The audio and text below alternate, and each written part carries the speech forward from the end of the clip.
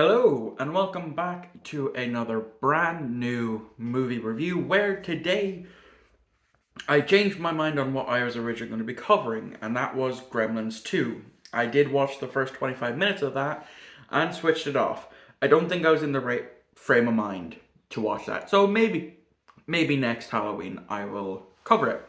So I decided to change it with a film that I've been wanting to rewatch for quite some time. And that is one of my favorite Scooby-Doo movies. As you can tell by the title, that is Scooby-Doo and the Cyber Chase. So, Scooby-Doo and the Cyber Chase has a lot of sentimental value, a sort of sentimental feelings to me. It was one that I remember watching non-stop as a kid on VHS and then as well as on DVD. You know, because I went through a massive Scooby-Doo phase as a kid where I literally was obsessed with watching nothing but Scooby-Doo, and I remember going out and buying like a bunch of the different DVDs of Scooby-Doo, Scooby-Doo the Loch Ness Monster, The Witch's Ghost, all of that. And so this one just meant the most to me. I think I always thought it was the best of the early 2000s animated Scooby-Doo films, and I still think that this movie isn't as bad as I expected going into it. I hadn't seen it in over 20 years, and I've heard that a lot of people who, like myself, loved this movie went and rewatched it, did not like it. And so I was very, very afraid that that was going to be the case for me. But it wasn't, thankfully, because I thoroughly enjoyed it. It still holds up as a really good Scooby-Doo movie. The basic premise is the Scooby Gang are dealing with this computer virus that comes out from this laser, and the Scooby Gang gets trapped into a Scooby-Doo video game. Which, funny enough, this movie did have a PlayStation 1 tie-in video game that I do own, and I do remember playing. So that's another main reason why this has so much sentimental feelings to me, is not only did I watch the movie, I actually played the PlayStation 1 game that spawned from it. And so they play through many different levels. We got a moon level to start off with. We have a Rome themed episode where they're trapped in the Colosseum. We have an episode, a level, set in the prehistoric past. There's an ocean level. There's an Egypt level, which, as someone who loves ancient Egypt, that, I love that.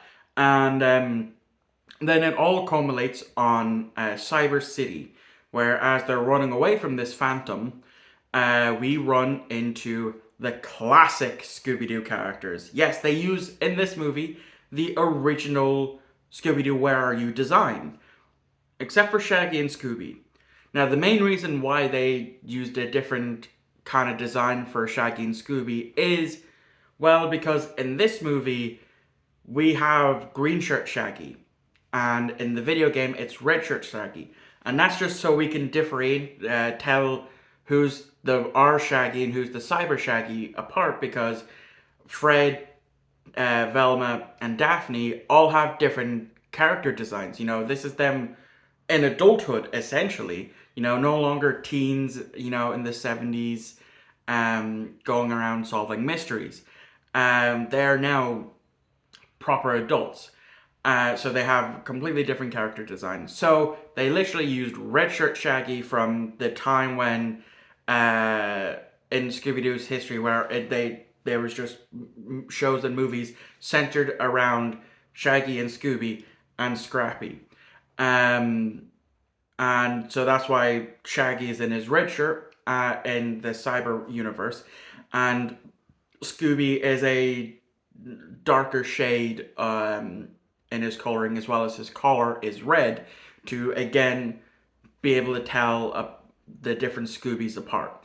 And I honestly, like I said, I really enjoyed it. And even on this rewatch, the first rewatch in 20 years, I noticed something that I never noticed as a kid. And that is sometimes when the cyber gang is talking, you can hear that there's a little bit of distortion going on. And that is due in part to, it's computers, Also has me thinking about, whilst I was watching this, and again, it's cartoon logic. These guys, the guys who made this, probably didn't know a lot about video game design. And that is, the guy who designed the game could have easily hacked his own game to put it in favor of the Scooby Gang, but didn't. He's like, oh, I don't know how to do this. You're a game designer. You designed this game. You know the ins and outs of your game code. You can do that. But again, early 2000s, not a lot was known about the gaming industry, how things were done. Especially when it came to big wigs in Warner Brothers that didn't obviously know much about game design. But honestly, I'm glad that I did do this rewatch. I really did enjoy it. And it still holds up, in my opinion. It still holds up as one of the best Scooby-Doo early 2000s movies that they've done. So that's going to wrap up this review. Thank you all for watching. I hope you enjoyed. The next review is going to be a Tales from my backlog. And it's one I've been wanting to watch, but I know I'm going to get scared. Because that's The Exorcist. So I'll see you all next time for The Exorcist review.